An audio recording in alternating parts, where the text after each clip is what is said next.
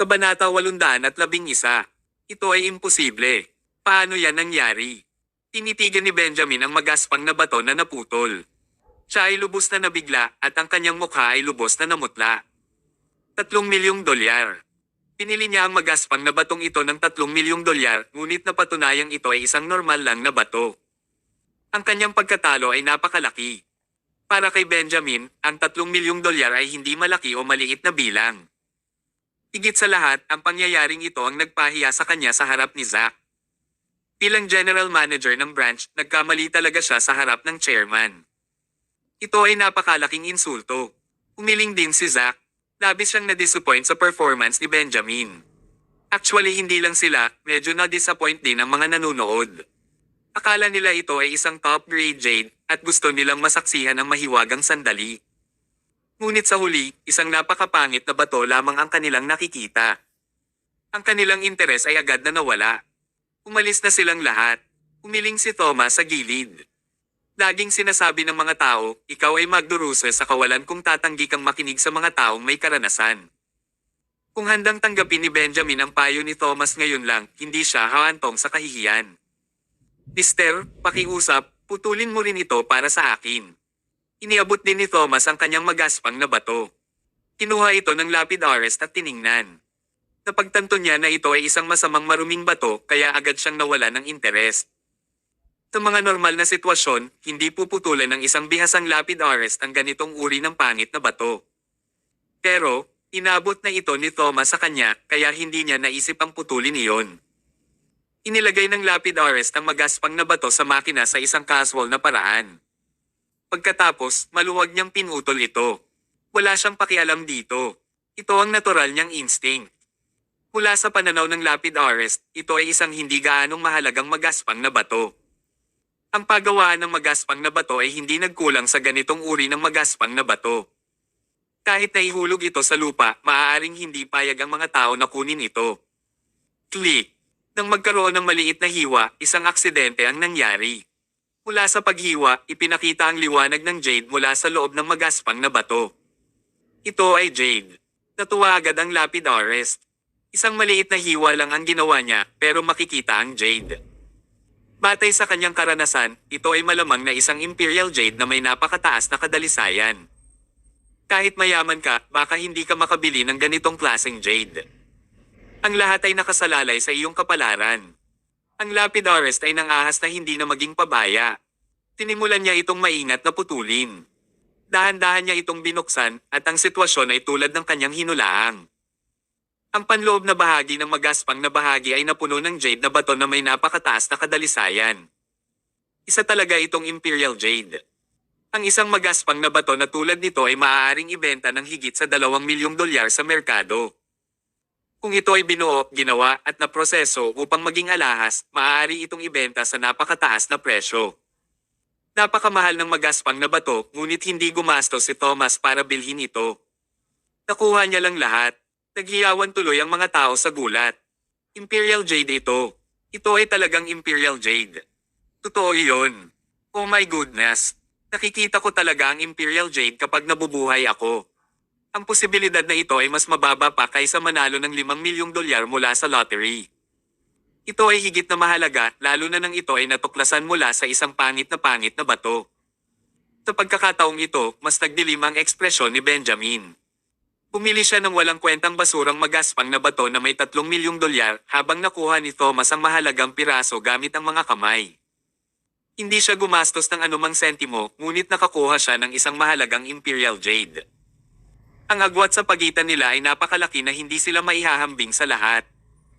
Noong una ay nais ni Benjamin na gamitin ang kanyang espesyal na kakayahan sa aspetong ito upang sugpuin ang aura ni Thomas. Pero ngayon, siya naman ang pinigilan. Si Thomas ay parang isang malaking bundok na nakaharang sa kanyang harapan at hindi siya makagalaw dahil kay Thomas. Kabanata 812. Ano ba ito? Nagpapadyak si Benjamin sa galit. Pinulot niya ang kanyang lousy roughstone at galit na bumalik sa shop kung saan binili niya iyon kanina. Paglapit niya ay diretso niyang tinapok ang magaspang na bato na naputol na sa counter bago siya nagsalita. Boss, kailangan mong ipaliwanag ito sa akin. Lumapit ang may-ari ng tindahan, sinulyapan ng magaspang na bato, at sadyang nagpanggap na parang walang alam. Ginoong Garnet, anong meron? Anong mali? Ang magaspang na bato na ibinento mo sa akin ay isang may sira na bato. Naglalaman ito ng lahat ng Greystone. Wala talagang Jadestone. Ang magaspang na batong ito ay maaari lamang ibenta sa halagang $5,000, ngunit ibinento mo ito sa akin sa halagang $3,000,000. Tumawa ang may-ari at sadyang nagtanong, so, sa tingin mo, paano natin dapat ayusin ito? Paano mag-settle? Gusto ko ng refund. Tumawa ang may-ari ng tindahan. Ginoong Garnet, ikaw ang dalubhasang eksperto na matagal nang nasa industriya ng magaspang na bato. Bakit wala kang alam na rules? Ang kanyang mga salita ay nagpatigil kay Benjamin. Paano naging posible na hindi niya alam ang mga patakaran? Kapag bumili ka ng kahit ano dito, ang transaksyon ay ginawa sa pamamagitan ng pagbabayad at pagkuha ng mga kalakal ng sabay-sabay. Pagkatapos magbayad, wala na silang nalaman sa isa't isa. Kung nagawa mong gumastos ng napakakaunting pera upang bumili ng Jadestone na may pinakamataas na kalidad, kung gayon ang may-ari ng tindahan ay dapat na malas. Ngunit kung bumili ka ng isang may sira na magaspang na bato para sa maraming pera, pagkatapos ay kailangan mong aminin na ikaw ang malas na tao. Sa lugar na ito, nakipagkumpetensya ka sa iyong panghuhusga at swerte. Kung hindi mo nais na subukan ang iyong paghuhusga at swerte, maaari mong direktang bilhin ang mga Jadestone na iyon na naputol. Makukuha mo kung ano ang mga bato para sa iyong binayaran ng walang panloloko. Kung gusto mong bumili ng magaspang na bato, isa lang ang pagpipilian mo. Dapat mong gawin ito ayon sa mga patakaran. Alam ni Benjamin ang mga patakaran. Pakiramdam niya ay napagod siya dahil masyado siyang nalinlang. Tinahiya din niya ang sarili sa harap ni Zack kaya naman sobrang sama ng loob niya. Galit niyang sinabi, I don't care. Kailangan ko ng mag-refund. Ano? Lahat, pumunta kayong lahat doon at maging hukom. Bago pa matapos magsalita ang may-ari ng tindahan, lumapit ang isang malaking grupo ng mga tao at pinalibutan sila. Ang mga taong ito ay iba pang may-ari ng tindahan sa paggawaan ng magaspang na bato. Sa lugar na ito, lahat ng may-ari ng tindahan ay nagtutulungan. Nang makita ni Benjamin na napakaraming tao ang nakapaligid sa kanya, agad siyang nakaramdam ng takot hanggang sa mamatay. Kung may gagawing eksena, paano niya lalabanan ang napakaraming tao ng mag-isa? Tinuro niya ang amo. Okay, tatandaan kita. Napangisi ang may-ari ng tindahan. Mas mabuting pag-aralan mo ito. Kailangan mong malaman ang mga patakaran dito. Huwag basta pumunta sa anumang tindahan at sabihing walang magandang stock. Naiintindihan mo ba? Nang sabihin iyon ng may-ari ng tindahan, agad itong naintindihan ni Benjamin. Galit siyang sumigaw, alam mo nang matagal nang may depekto ang magaspang na bato. Tinadya mo ba akong iset up? Hindi siya sinagot ng may-ari ng tindahan, ngunit makikita sa kanyang palihim na ekspresyon na tama ang hula ni Benjamin. Iyon ang dahilan kung bakit laging sinasabi ng mga tao, kailangan mong magpakumbaba.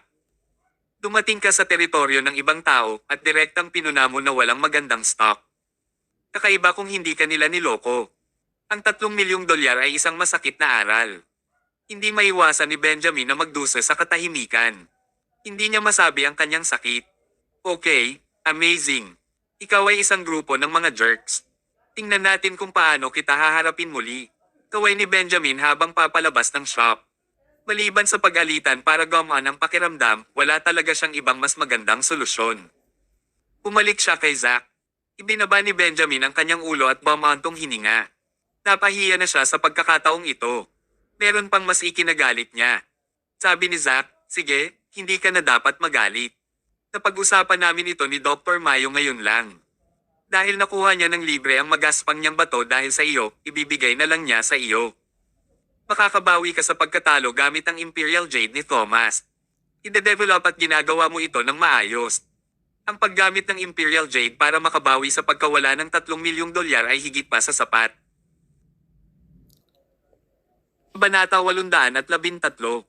Ginawa ito ni Zack at Thomas dahil sa kanilang kabaitan, pero ito ay isang kahihiyan para kay Benjamin. Sa opinyon ni Benjamin, ito ay isang insulto sa kanya. Para siyang asong gala na mabubuhay lang kapag naawa sa kanya ang ibang tao. Ito ay isang insulto. Iniinsulto siya nito ng husto. Ang pinaka nakakatakot ay talagang nagmungkahi si Zack, Dr. Mayo, napabilib talaga ako sa performance mo. Bakante pa ang posisyon ng purchasing manager sa branch company dito. Bakit hindi ka kunin ang posisyon? Ano ba naman yan? Nakaramdam ng galit si Benjamin. Nabakant ang posisyon ng purchasing manager dahil hawak ni Benjamin ang posisyong ito kasama ang sarili niyang posisyon. Kailangang malaman na ang purchasing department ay isang lubos na kumikitang departamento sa bawat kumpanya. Maaari kang kumita ng maraming side income sa departamentong ito. Malaki ang kinita ni Benjamin sa posisyong ito nitong mga taon. Kung ang posisyon ng purchasing manager ay ibinigay kay Thomas ngayon na ang nahulugan ito na ang isang bahagi ng kanyang katawan ay kailangang putulin. Gusto niya itong kalabanan, ngunit paano niya ito mabubuksan? Wala siyang masabi. Sa mga mata ni Zack, kitang-kita ang paghahambing sa kanyang pagganap pati na rin kay Thomas ngayon. Si Thomas ay miyembro din ng lupon ng mga direktor at nagmamayari din siya ng 30% ng mga shares. Talagang wala para sa kanya ang magkaroon ng posisyon ng purchasing manager. Hindi sumang-ayon dito si Benjamin, ngunit ano pa ang masasabi niya? Kailangan niyang tisin ang hinaing na ito kahit na ayaw niya. Tinitigan niya si Thomas at pinunit sa isipan niya si Thomas. Ngunit, pinilit pa rin niyang ngumiti at may sinabing salungat sa kanyang iniisip, "Congratulations, Dr. Mayo." "Teka, Mr. Mayo na dapat ang tawag ko sa'yo." Tumawa si Thomas nang walang sinasabi. Natural na naiintindihan niya ang galit ni Benjamin. Kung sino man ang kumuha sa posisyon ng purchasing department manager ay hindi mapalagay. Ang posisyong ito ay tiyak na magpapahintulot sa kanila na salakayin ni Benjamin. Pero hindi nagpatinag si Thomas. Si Benjamin ay isang general manager lamang ng isang kumpanya. Kung hindi siya kakayanin ni Thomas, paano pa niya gugustuhin na harapin ang mga ekspertong iyon tulad ni Wise at Lucas? Kaya naman, ang malaking desisyong ito ay ginawa sa panahong masaya silang nag-uusap. Hindi na nagpatuloy sa paglalakad ang tatlo, pinili nilang umalis kaagad. Dahil sa magkaibang landas, tumawag si Thomas ng taxi at umuwi. Habang nasa daan, pinagmamasdan ni Thomas ang tanawin sa labas ng bintana na napakabilis na dumaan habang iniisip niya ang mga nangyari kamakailan. May pait at lungkot. Isang malaking pagbabago ang biglang nangyari sa pamilya Hill at kailangan niyang harapin ang halimaw na si Lucas. Gusto ni Zack na palawakin ang kanyang negosyo sa Southland District ngunit napalibutan siya ng mga kaaway.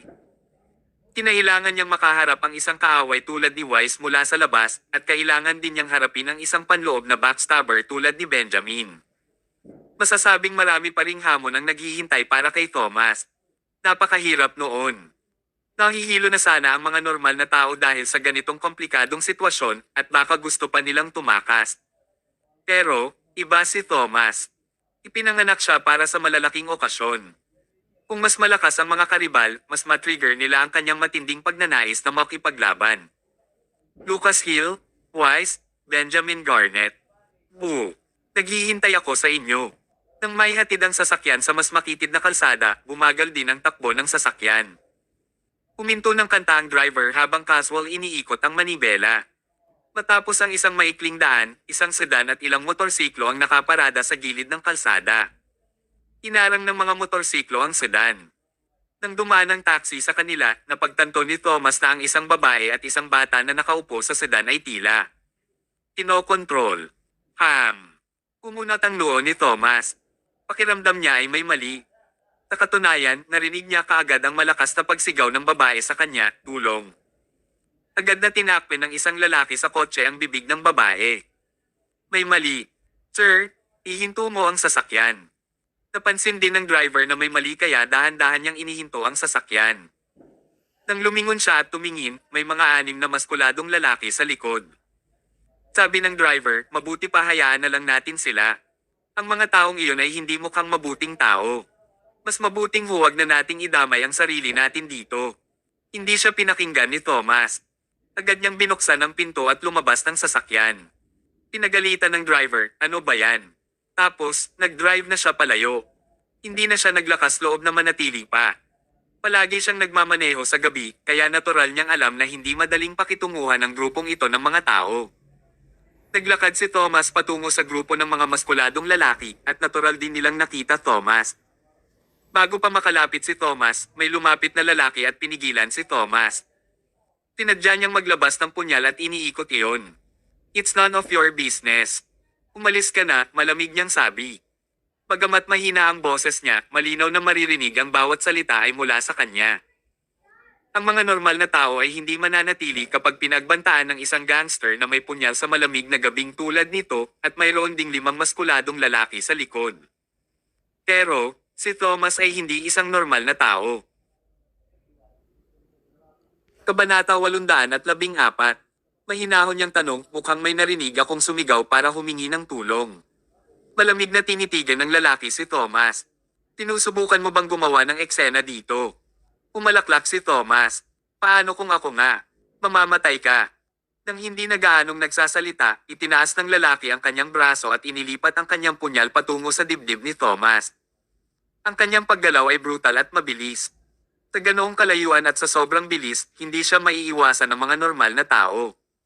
Gayunpaman, si Thomas ay parang multo. Tila hindi siya gumagalaw, ngunit malaya niyang naiwasan ang punyal ng lalaki. Pagkatapos, inabot niya upang hawakan ang leeg ng lalaki mula sa likod. Napakasungit mo. Mas mabuting kumalma ka. Nang magsalita si Thomas, naglabas na siya ng kaunting lakas para idiin ang lalaki. Ang lalaki ay agad na naipit sa lupa at ang kanyang mukha ay bumagsak sa lupa. Agad siyang nawalan ng malay. Ang malakas na paggalaw ni Thomas ay nakakuha ng atensyon ng iba pang maskuladong lalaki.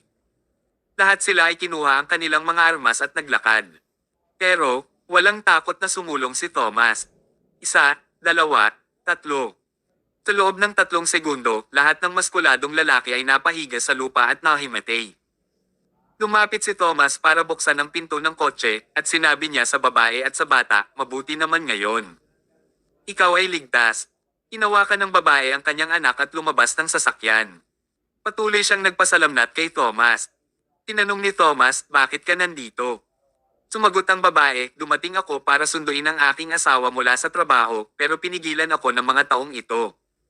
Hindi nila sinabi kung ano ang gusto nilang gawin. Hindi nila ako ninakawan o gumawa ng anumang bagay. Iniling lang nila sa amin na manatili sa kotse at hindi nila kami pinapayagang gumawa ng anuman. Kinuhanan lang nila kami ng ilang litrato. Hindi ko alam kung ano ang gusto nilang gawin. Hindi sila nagnakaw o gumawa ng anumang bagay at kumuha lang sila ng ilang mga larawan. Parang blackmail ang nangyari. Kung talagang ganito ang kaso, malaki ang posibilidad na ang ibang mga manggagawa ng kasamaan ay nasa ibang lugar at nakikipag-ugnayan sila sa asawa ng babaeng ito. Ano ang pangalan ng iyong asawa? Tanong ni Thomas. Harris Ford. Sa gabi, sa opisina ng chairman sa gusali ng opisina ng pamilya Hill. Umupo si Lucas sa sofa habang hawak ang isang tasa ng matapang na kape gamit ang kanyang mga kamay. Ilang saglit niyang hinaipan ito ng malamig habang masayang nasasarapan. Isang medyo may edad na lalaki ang nakatayo sa kanyang harapan. Siya si Harris Ford, ang vice-presidente ng Hill Nuclear Manufacturing Company. Ginoong Hill, bakit gusto mong pumunta ako sa gabi? Hindi pala kaibigan si Harris, siya ay tinanggal ni Lucas, at mayroon pa rin siyang matinding sama ng loob para kay Lucas ngayon. Kung hindi siya kinuha ng Harvard, hindi alam ni Harris kung ano ang dapat niyang gawin. Humisi si Lucas. Humigop siya ng kape bago niya sinabing, Uncle Harris, you're amazing. Umalis ka sa Hill Manufacturing Company bago ka direktang sumali sa Hill Nuclear Manufacturing Company at naging kanilang vice-presidente. Ang bilis mong mag-jogging. Hoy, pakiusap maging mas tumpak. Ano ang ibig mong sabihin sa job hopping? Pinalis mo ako. Hindi lang ako, kundi pinalis mo ang isang malaking grupo ng mga matandang executive na tumulong kay Mr. Hill Senwar. Kung hindi tayo pinanatili ng Harvard, baka naging pulubi na tayo ngayon, malungkot na sabi ni Harris. Humisi si Lucas. Iningatan ka ni Harvard. Ano ang punto niyan? Meron lang siyang langis company na ginagamit para sa pag-aayos ng mga account. Wala siyang magandang kinabukasan. Humisi si Harris at sinabing, hindi talaga kaya ni Harvard noon, pero iba na siya ngayon. Kakakuha lang niya ng proyekto sa Northern Wilderness at 2 nangungunang kumpanya ang namuhunan. Hindi magiging problema sa kanya ang kumuha ng ilang matatandang tulad namin. Naniniwala ako na kukunin ng Harvard ang posisyon ng ulo ng pamilya mula sa iyo balang araw. Aagawin ang posisyon ng ulo ng pamilya. Harvard Hill. Haha. Tawa ng tawa si Lucas na para bang narinig niya ang pinaka-nakakatawang biro sa buhay niya. Tumikim siya at iwinagayway ang kamay. Tio Harris. Ayokong mag-aksaya ng oras sa pakikipag-usap ngayon. Gusto kong bigyan mo ako ng pabor. Sige. Malamig na sinabi ni Harris, gusto mo bang bigyan kita ng pabor? Siyempre, naglabas si Lucas ng account book at inilagay sa T-table. Ikaw na ngayon ang vice-presidente ng Hill Nuclear Manufacturing Company at ikaw ang namamahala sa pananalapi. Gusto kong tulungan mo akong ilagay ang account book na ito sa office desk sa opisina ng pananalapi ng Hill Nuclear Manufacturing Company. Nadama ni Harris na may mali. Tinulyapan niya ang account book at agad niya itong naintindihan. Lucas Hill, pinaplano mo bang iset up ang Harvard gamit ang peking account book na ito? At gusto mo tulungan kita? Ganoon ba? Hinay pa ni Lucas ang kanyang kape. Sop, bakit ang sanggit mo? Siyempre hindi ko hahayaang gawin mo ito ng walang kabuluhan. Hanggat tinutulungan mo akong gawin ito, babayaran kita ng $0,000,000 at kukunin kita muli bilang Vice President ng Hill Manufacturing Company. Magkakaroon ka ng parehong pangalan at pera. Yayaman ka at asenso. Hindi ko alam kung bakit ka tumanggi. Nakakaloka ka. Tumigil ka sa pagsasalita ng kalokohan. Malakas na saway ni Harris, sino ako, Harris Ford, sa iyo. Tinasabi ko sa iyo ngayon, kahit na mamatay ako, hindi ako gagawa ng ganitong uri ng immoral na bagay para sa iyo. Gusto mo bang gamitin ako para iset up ang Harvard? Pumunta at managinip tungkol dito. Pinitukan ni Harris ang account book sa T-table, tumalikod, at umalis. Bago siya lumakad papunta sa pintuan, sinabi ni Lucas, Tito Harris, ang asawa mo dapat ay sasandulan ka mula sa trabaho sa ganitong oras, tama ba? Huminto sa paglalakad si Harris, tumalikod, at tumingin kay Lucas. Anong ibig mong sabihin? Wala akong ibig sabihin. Nararamdaman ko lang na sobrang dilim sa labas, kaya hindi masyadong ligtas para sa isang babae na pumunta sa kalsada ng mag-isa, tama ba? Habang nagsasalita siya, sinadya niyang i-on ang kanyang telepono, nag-click sa photo gallery, at inihagis ang kanyang telepono sa T-table. Natarante si Harris habang naglalakad at kinuha ang telepono. Nang tingnan niya ito ay halos mabigla siya at matamba sa lupa. Ang larawan ay nagpakita sa kanyang asawa at kanyang anak, at sila ay kinidnap ng ilang maskuladong lalaki na may hawak na armas. Kung titingnan ang sitwasyon sa kalsada, ito ay medyo malayong landas. Gabi na ngayon, at medyo malayo ang daan. Maaaring gawin ng mga taong iyon ang anumang nais nilang gawin. Ang kanyang asawa at ang kanyang anak. Habang iniisip niya iyon ay mas lalo siyang nakaramdam ng takot. Natakot at nagalit si Harris. Nanginginig ang kanyang katawan habang sinabing, Lucas Hill, you're really a jerk. Mas masahol ka pa sa halimaw. Nagkibit balikat si Lucas. Mayroon kang dalawang pagpipilian ngayon. Isa, kunin mo ang $1 million at magtrabaho para sa akin at ligtas na uuwi ang iyong asawa at anak ngayong gabi. Dalawa, may malaking balita bukas. Isang babaeng nasa mid-age ang malupit na pinatay ng mga kriminal habang papunta sa pagsundo sa kanyang asawa mula sa trabaho. Namatay din ang kanyang anak. Kabanata 815. Gulong-gulo ang utak ni Harris. Dahil sa pananalitang ito, nakaramdam siya ng kaunting kawalan at hindi niya alam kung paano ito haharapin. Mga pananakot. Hindi niya akalain na ang pinuno ng pamilya Hill ay gagamit ng ganitong kasuklam-suklam na pamamaraan. Sa totoo lang, hindi ito nakakagulat. Si Lucas ay palaging isang taong gagamit ng anumang paraan na kinakailangan upang makamit ang kanyang layunin. Bagamat may ngiti si Lucas sa kanyang mukha, sa katunayan, ang bawat salita ay tumutusok sa kanyang sa puso ni Harris, dahilan para hindi siya makahakbang.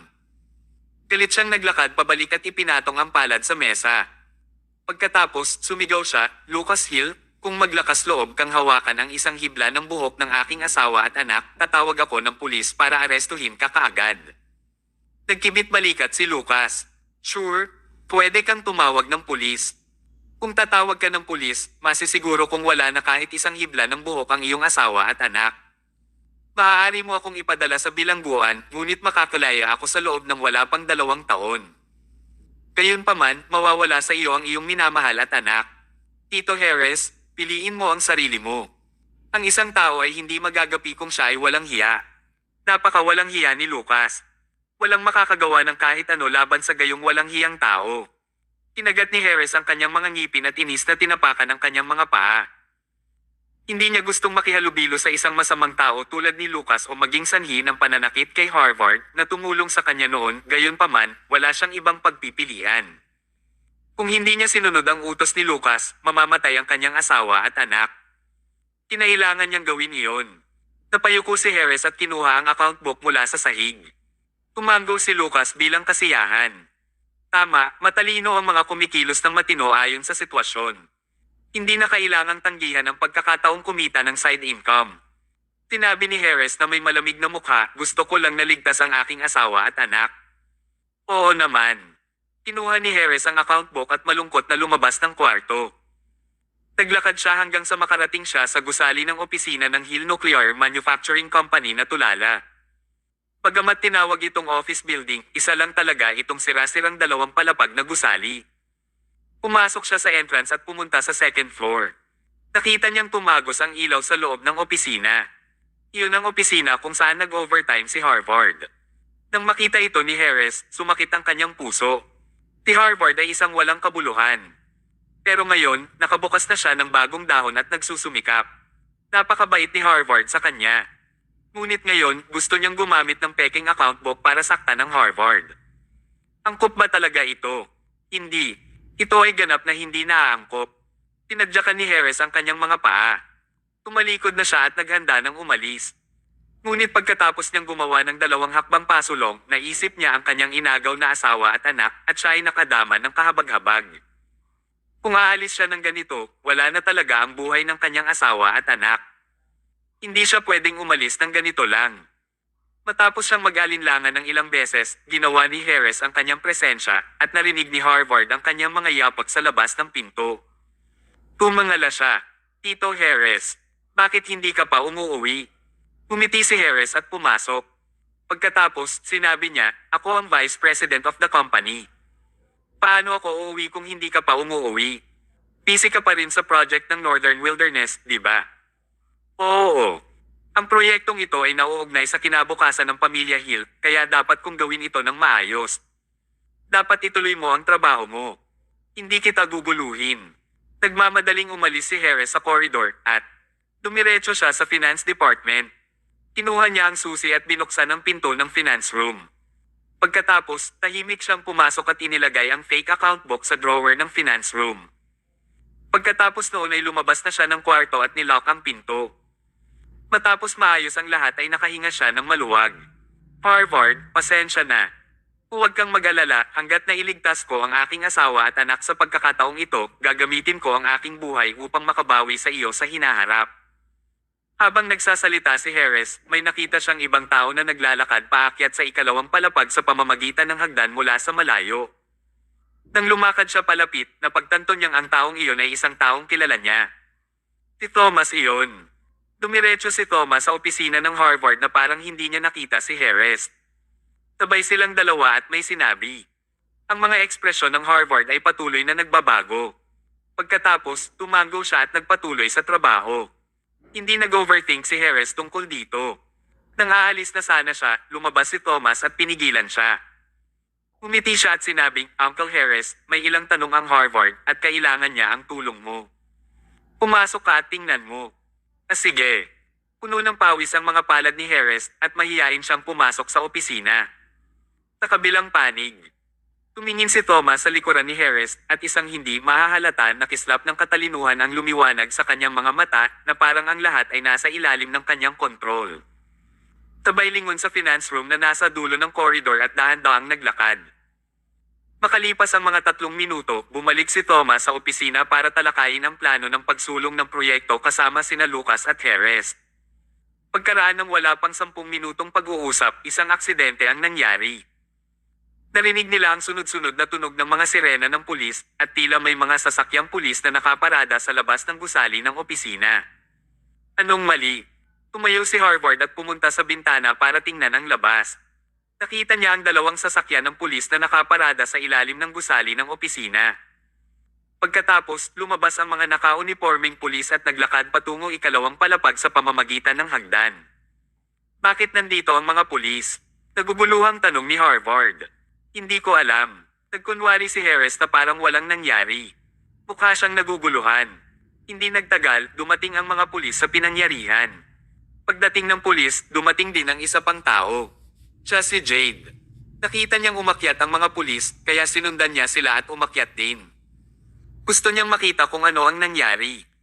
Ang mga pulis ay sumugod sa silid at pinananatili nila ang Harvard at ang iba pang mga tao sa loob.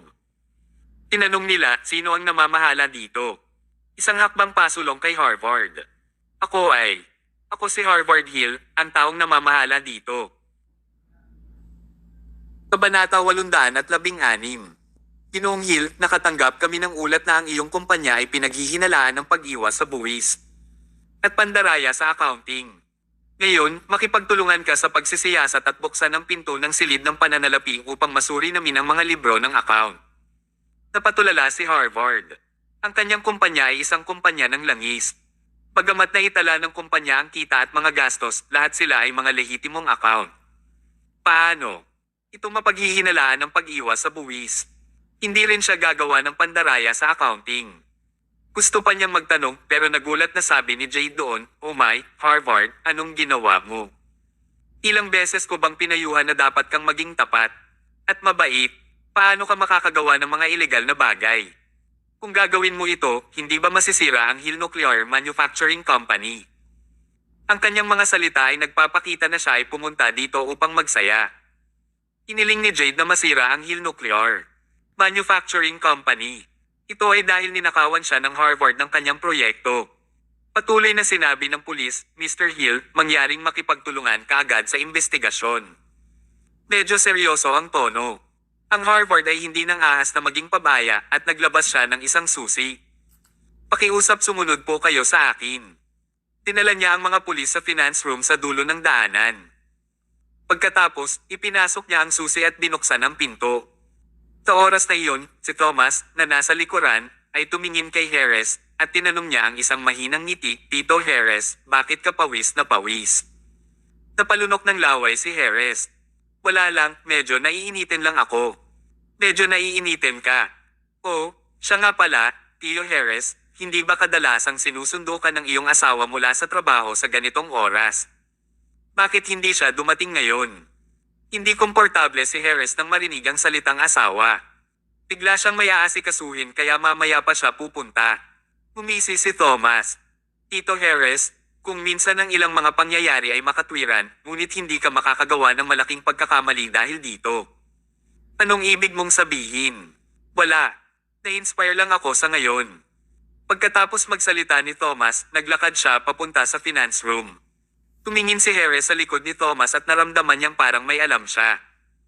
Gayunpaman, hindi siya sigurado kung ano ang alam niya, kaya siya ay labis na nalilito. Sumunod din siya sa kanila. Nanood ang grupo ng mga tao sa entrance ng finance room. Kinuha ni Harvard ang isang account book at ipinakita ito sa pulis. Tinuri ito ng mabuti ng pulis at nakitang walang malalaking problema. Biglang nakita ng isa pang pulis ang isang account book sa mesa sa sulok. "Ano yan?" Ang ekspresyon ng Harvard ay nagbago ng husto. "Nako, personal hobby ko lang yan. Ito ay wala. Personal na libangan. Tingnan natin." "Sa tingin ko hindi mo dapat tingnan ito. Hindi ito kaaya-aya, sir. Huwag kang magsalita ng walang kwenta." "Harvard Hill, kung hindi ka makikipagtulungan sa investigasyon, arestuhin ka namin kaagad." "Huwag. Makikipagtulungan ako." Nag-aatubili si Harvard na kumuha ng isa pang libro sa mesa na mukhang account book sa pulis. Si Harris, na nasa pasukan, ay labis na kinabahan. Alam niyang fake account book iyon. Maaaring arestuhin ng mga pulis ang Harvard pagkatapos nilang tingnan ito at matatapos na ang Hill Nuclear Manufacturing Company. Tapos na. Tapos na ang lahat. Siyempre, alam din ni Jade ang mangyayari. Umiti siya at sinabing, "Harvard, hindi ko alam na nakagawian mong gumawa ng 2 account book. Ano ang naitala sa isa pa? Tingnan natin ito." Sa gitna ng ingay, binuksan ng pulis ang account book. Saktong pagkabukas nito, tulala ang pulis. Ito ay hindi isang account book at walang data na naitala dito. Ito ay isang libro na puno ng mga cartoon illustrations ng isang tiyak na kalikasan.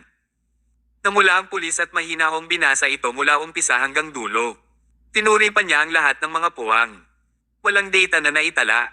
Ito ay hindi isang peking account book. Isinara ng pulis ang libro at tinitigan ng Harvard, ito ay talagang iyong personal na libangan. Nagkibit balikat si Harvard. Ito ay isang maliit na libangan lamang. Hindi ko ito ikinalat kaya hindi ako lumalabag sa batas, di ba? Hindi ito labag sa batas, ngunit hindi mo maaaring panatilihin ang maruming bagay na ito. Aalisin natin. Hoy, huwag naman. Matagal ko na itong kinokolekta. Napatulala sina Harris at Jade nang makita nila ang pagbabago sa eksena. Tila ibang-iba ang pag-unlad ng insidente sa kanilang inaasahan. Bakit hindi yun isang peking account book, ngunit isang cartoon illustration book? Nagkamali ba si Lucas? Imposible naman. Tusong tao si Lucas, kaya imposibleng magkamali siya sa ganitong bagay. Hindi talaga nila maisip kung bakit naging ganito. Pagkatapos ng isang detalyadong investigasyon, talagang walang problema. Sabi ng isang pulis, parang hindi totoo ang laman ng report. Susubaybayan namin ang impormante at iimbestigahan kung may paninirang puri. Patuloy na tumango si Harvard. Sir, kailangan mong ayusin ang mga bagay para sa akin. Huwag kang mag-alala.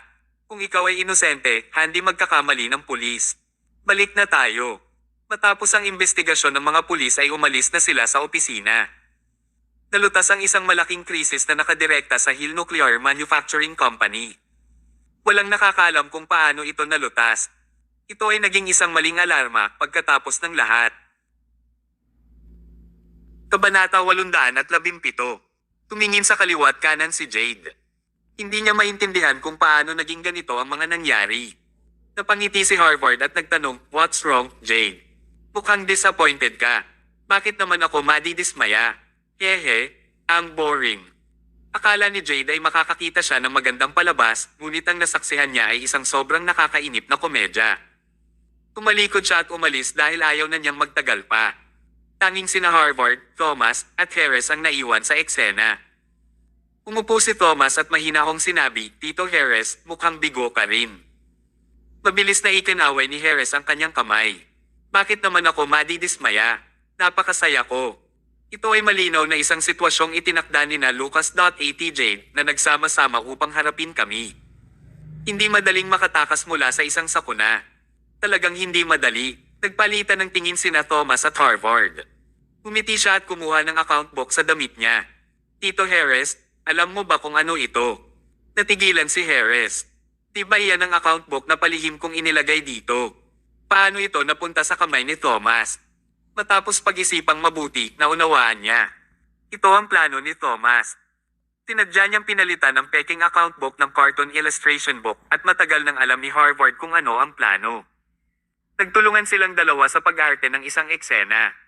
Matagal na nilang alam ng dalawa ang lahat ng ginawa ni Harris, kaya hindi nakakapagtaka na gusto nilang pag-usapan ang proyekto kasama siya. Hehe, gusto lang talaga nilang magstay at matapos ang act. Dahil alam mo ang lahat, wala na akong dapat itago pa.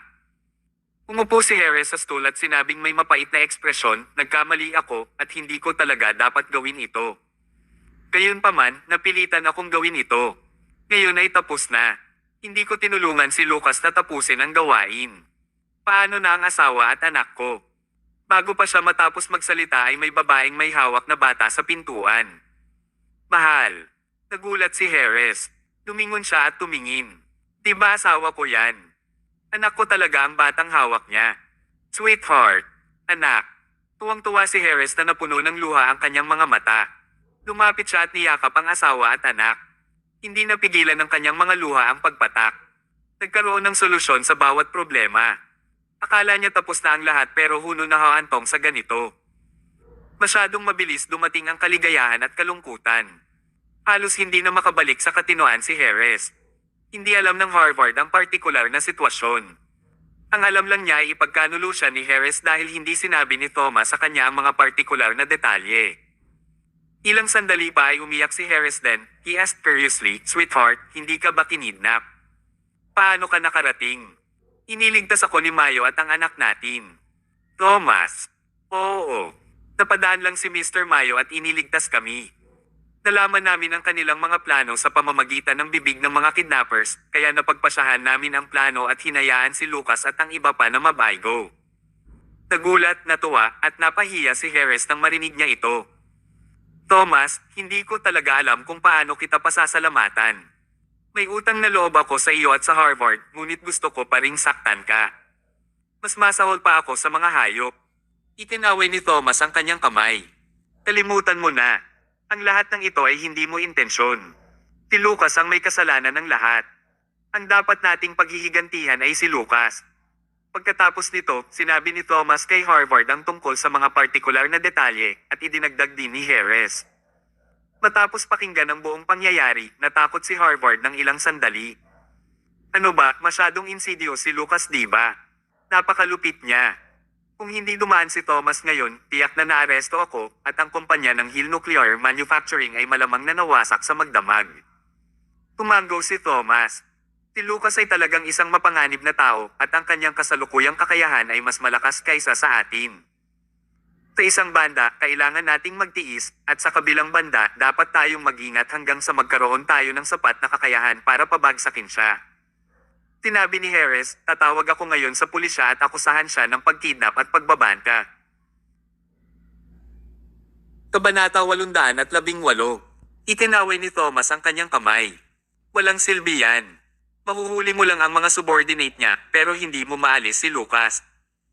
At saka, nasa critical na panahon tayo ng proyekto ngayon kaya hindi natin maaapektuhan ang pag-unlad dahil sa mga walang kwentang bagay na ito. Kung ganoon, kakalimutan na ba natin ito? Hindi, dapat nating tandaan ang puot, ngunit huwag magmadali upang gumanti. Maghihiganti kami sa kanya kapag may kakayahan na kami.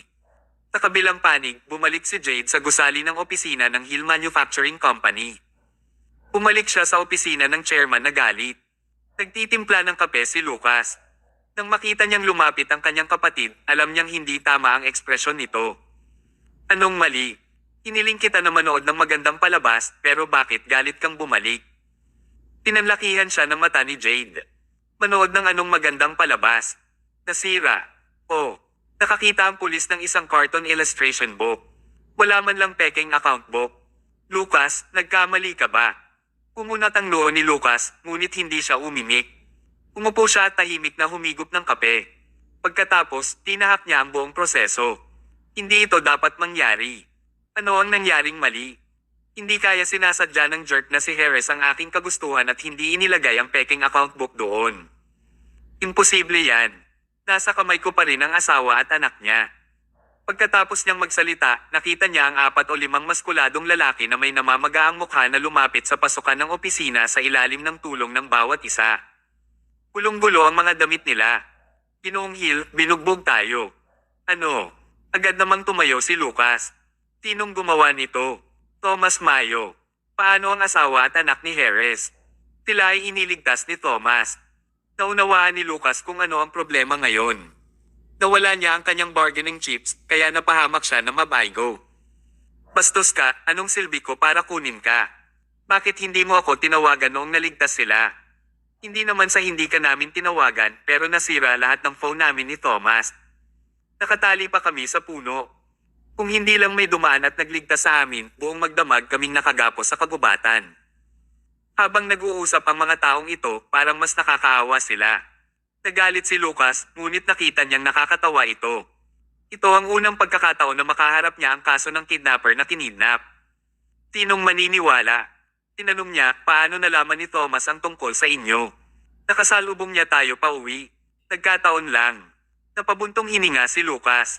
Kung ito ang kaso, nanging nahulugan ito na hindi man lang siya tutulungan ng Diyos. Sa pagkakataong ito ay naalarma na niya sila at tiyak na mas magiging maingat ang Harvard at ang iba pang mga tao. Mas magiging mahirap na ulitin ang trick na ito sa hinaharap. Pumunta siya sa bintana at tumingin sa kalangitan sa labas. Thomas, siguradong kaya mo yan. Hindi mo direktang ipinaalam kay Harvard na bigyang pansin ang panganib pagkatapos iligtas ang mga tao. Sa halip, sumama ka sa plano at pinaglaruan mo kami, tinatrato mo kaming parang walang alam. Haha, ang galing at lakas ng loob. Mariin niyang ikinuyom ang kanyang mga kamao. Thomas, maglalaro ka ha. Sige, paglalaroan kita. Hindi ako natakot sa sinuman sa buhay ko. Ang mga naglakas loob na makipaglaro kay Lucas ay hindi natapos ng maayos. Iniisip niya kung si Thomas ang susunod na biktima. Kabanata 819. Kinaumagan, si Benjamin ay umiinom ng alak sa bar mag-isa. Sobrang sama ng loob niya dahil nag-aalala pa rin siya sa nangyari kahapon. Mula nang dumating si Zack, nagbago na siya mula sa pinaka-superior na tao hanggang sa pangalawang pinaka-nakatataas na tao. Wala lang yon. Ang pinaka-ikinairita niya ay si Thomas na talaga ang naging superior niya. Ano ang ibig sabihin nito? Siya ay nagtrabaho ng husto para sa Stellar Jewelers sa loob ng higit sa 10 taon, ngunit talagang natalo siya sa isang tagalabas. Maaaring kumita ng malaking pera ang isang purchasing manager, ngunit ang ganoong magandang posisyon ay ibinigay kay Thomas. Ang opinyon ni Benjamin ay hindi iginalang sa lahat. Ang iba't ibang kilos ni Zack ay nakasakit sa puso ni Benjamin. Pinaba niya ang bawat baso dahil hindi siya nasisiyahan. Sa oras na ito, isang payat na lalaki ang umupo sa tabi niya. Umorder din siya ng isang baso ng alak at uminom kasama si Benjamin. Umigop ang lalaki at nakangiting sinabi, "Mr. Garnett, bakit dito ka umiinom ng alak ang isang tulad ko?" Tinaman siya ng tingin ni Benjamin. Parang nakita na niya ito sa isang lugar, ngunit hindi siya pamilyar sa kanya. "Sino ka?" "Ang pangalan ko ay Wise, ang branch manager ng Elite Jewelry." Kumunat ang noo ni Benjamin. Elite Jewelry. Alam niya na ito ay isang malakihang kumpanya ng alahas na nakikipaglaban sa Stellar Jewelers. Gayunpaman, mas nakatuon ang Elite Jewelry sa low-end na field na iba sa Stellar Jewelers. "Bakit may nakaupo sa tabi ko mula sa Elite Jewelry?" Napangiti si Wise, "Mr. Garnett, nagtatrabaho ako sa amo tulad mo para lubos kong maintindihan ang nararamdaman mo. Matapos magtrabaho ng husto sa distrito ng Southland, nawala ang lahat ng iyong natamo sa kanya nang dumating ang amo. Wala ito. Ang mas nakakainis na bagay ay ang pagpapalm sa ibang tao para sa iyong pagsusumikap. Nakakainis talaga ito." Malakas na hinampis ni Benjamin ang mesa. "Tama iyan. Si Zack ang presidente, kaya wala akong magagawa. Pero sino si Thomas? Paano niya naagaw ang isang bagay na pag-aari ko? Wala siyang ginawa kundi makakuha ng maraming benepisyo. Ano sa tingin niya?" Ang mga salita ni Benjamin ay naging mas hindi kasiya siya habang nagsasalita siya. Halos maramdaman niyang humawak ng megaphone para sigawan ang lahat. Tumango si Wise at sinabing bilang pagsang-ayon, "Naiintindihan ko ng mabuti ang iyong nararamdaman, kaya Mr. Garnett, bakit hindi tayo magkapit kamay para gumawa ng isang bagay?" Biglang nag-alala si Benjamin. Tiningnan niya ng masama si Wise. "Hoy, huwag mong isiping maloloko mo ako dahil lang sa masama ang loob ko at sobrang uminom. Mahigit 10 taon na ako sa industriyang ito at nakita ko na ang lahat. Kung gusto mong gamitin ito para sirain ang relasyon namin ng amo ko, mas mabuting itigil mo na. Hindi ako ganoon kadaling lokohin." Nagmamadaling iwinagayway ni Wise ang kanyang kamay. "Oh, Mr. Garnett, mali ang pagkakaintindi mo. Gusto ko talagang tulungan mo ako sa isang bagay. Makikinabang ito sa iyo kung ginawa mo ito, kaya ito ay isang win-win na sitwasyon."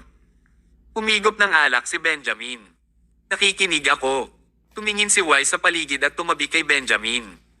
Pagkatapos, mamulong siya, "Kamakailan lang ay bumili ako ng malaking bilang ng mga bagong kalakal, ngunit nagkamali ako.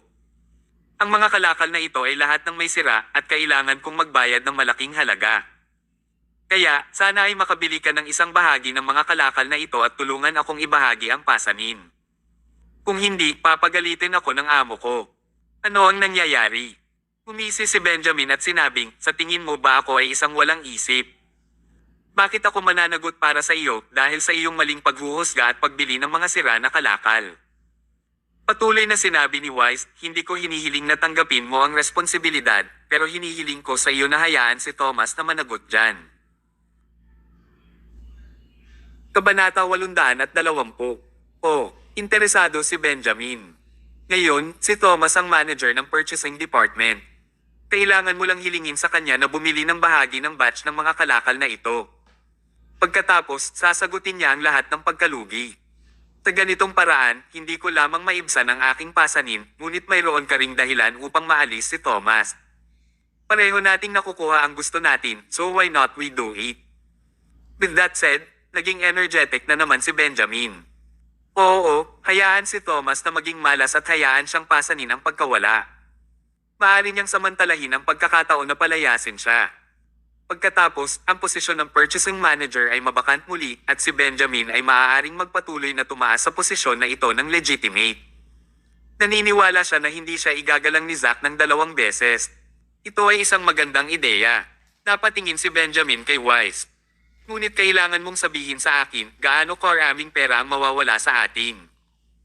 Sinabi ni Wise, ang batch ng mga kalakal na ito ay nagkakahalaga ng kabuoang 300 milyong dolyar. Kung makikibahagi ka rito, mawawalan ka sa pagitan ng 100 at 200 milyong dolyar. 1 hanggang 200 milyong dolyar. Ito ay isang mabigat na presyo. Gayunpaman, kung mapupuksa si Thomas sa presyong ito, magiging sulit ito. Bukod pa rito, ang perang ito ay pera na pag-aari ng Stellar Jewelers, hindi pera ni Benjamin. Maaari niya itong subukan. Deal? Masayang sabi ni Benjamin. Itinaas ng dalawa ang kanilang baso at nag-toast. Pagkatapos, uminom nilang lahat. Isang pagsasabuatan laban kay Thomas ay opisyal na ipinanganak.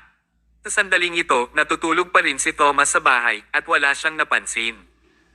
Masyadong pagod ang lahat ng nangyari kagabi kaya hindi niya maiwasang makatulog ng konti ngayon. Habang natutulog siya ay may naramdaman siyang dumula sa mukha niya. Iminulat niya ang kanyang mga mata at nakita niya si Emma na may hawak na itim na tinta na panulat na nakahiga sa tabi ni Thomas. May ginuguhit siya sa mukha niya.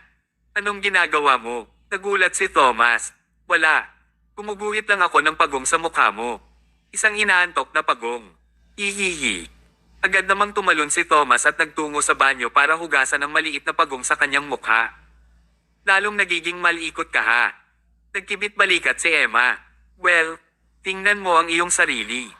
Natutulog ka pa kapag gabi na. Lumabas si Thomas sa banyo. Late ako natulog kagabi dahil tinutulungan ko ang kapatid mo, si Harvard. Inaantok na ako.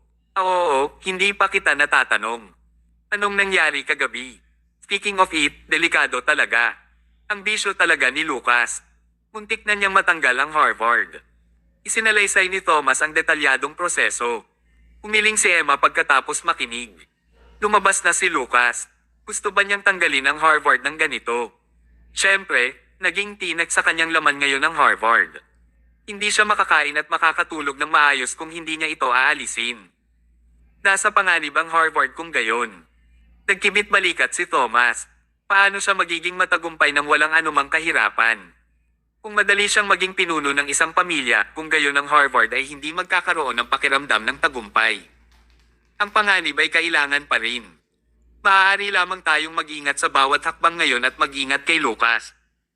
Habang nag-uusap, nag-ring ang phone ni Thomas. Kamusta? Thomas, ako, ito, Benjamin. Anong problema? Kasalukuyang may batch ng mga bibilhin ng kumpanya at naging purchasing manager ka lang, di ba? So, nangyayari talaga ito sa iyo. Ibinaba ni Benjamin ang telepono pagkatapos niyang ipaliwanag ang mga detalye. Napatingin si Thomas sa telepono at kay Emma. Isang mapait na ngiti ang ipinakita niya at umiling. Ang mga kasawian ay hindi dumarating sa isang volley lang.